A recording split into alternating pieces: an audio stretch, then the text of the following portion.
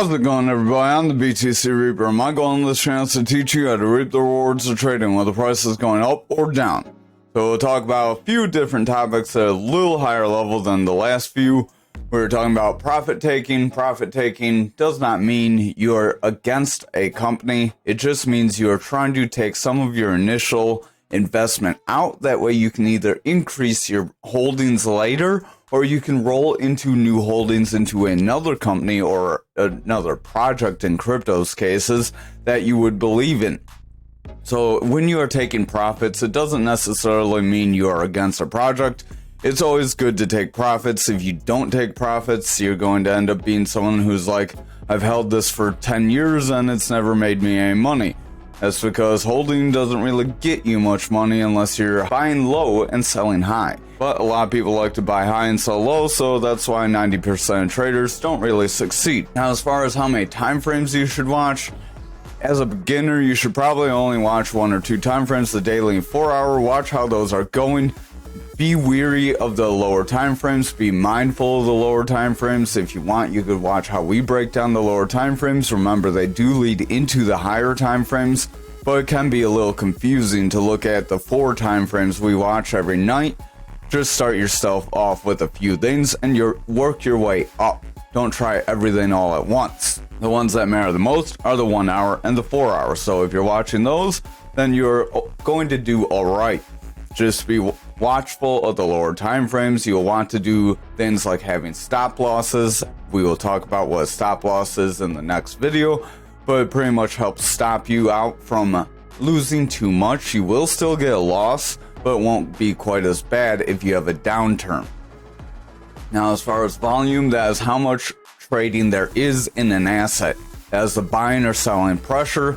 So to cover that, we'll go over to the charts here. So we have what is called a support and a resistance area. When we have any kind of trend or any kind of lines that we draw on the chart, that is why you'll see lines when we are doing our technical analysis every day. Those are different support and resistances. They are created by price action, staying consistent within a range. If you want a horizontal support resistance, that's typically a range where you see price action move in between it very frequently. Like we have some candles here, and we drew a line right there. You see we have some candles touching below, some candles touching right there, some candles here, both sides. So that shows is a support and resistance area of algo. We also have support and resistances when we have channels like this rising channel. Our resistance is the top, our support is the bottom. When we are above, it is support. When we are below, it's resistance. So this line that we just drew, that is currently a support line. If we broke under it and we were below, like right here, it would become a resistance line. Support and resistance are very helpful for determining where price can go and if you are able to continue forward or not.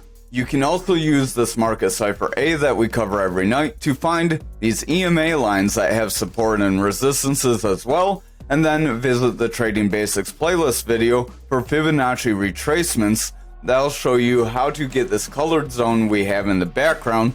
It shows you how to get the golden pocket, and that is a heavy manipulation area that you can end up seeing volatile price action moves from, but they also show you different support and resistances based on mathematical calculations. When you have a break and you push forward and you pull back, that is a rejection. So when we saw price action come to the top here, we got a rejection and pulled back. We did not get confirmation that we would see a bullish trend.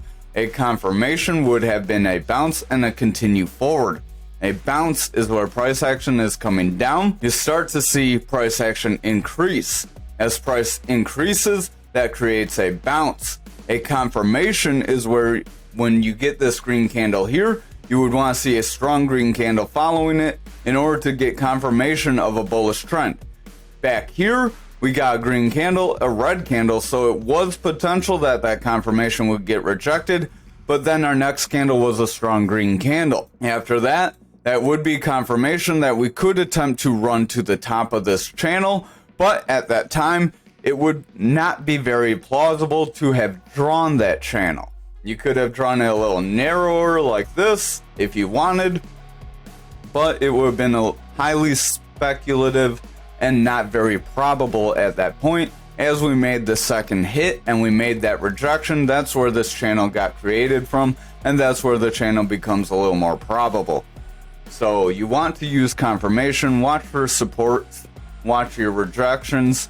You don't want to try and get in on price action. If you see this rejection, you don't want to buy here thinking it's just going to immediately run back up.